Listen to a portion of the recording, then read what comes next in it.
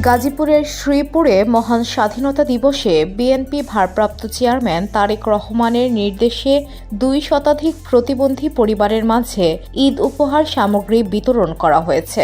বিএনপির কেন্দ্রীয় কমিটির সহ স্বাস্থ্য বিষয়ক সম্পাদক ও গাজীপুর জেলা বিএনপির 1 নম্বর যুগ্ম আহ্বায়ক অধ্যাপক ডক্টর এস.এম. রফিকুল ইসলাম বাচ্চু প্রধান অতিথি হিসেবে উপস্থিত থেকে এসব ঈদ সামগ্রী বিতরণ করেন।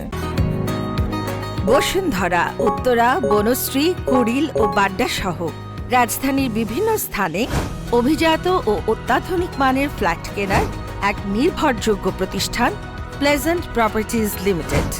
তাই আপনার স্বপ্নের আবাসনের জন্য আজই যোগাযোগ করুন।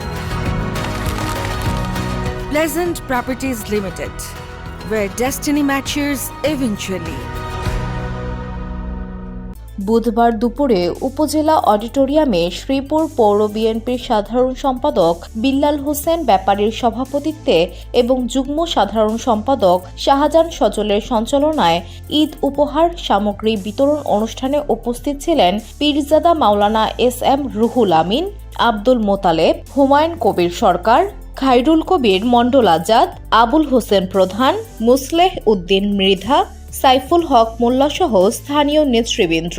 শ্রীপুর পৌর বিএনপির পক্ষ থেকে এসব ঈদ সামগ্রী বিতরণ করা হয়। VOD Bangla news desk.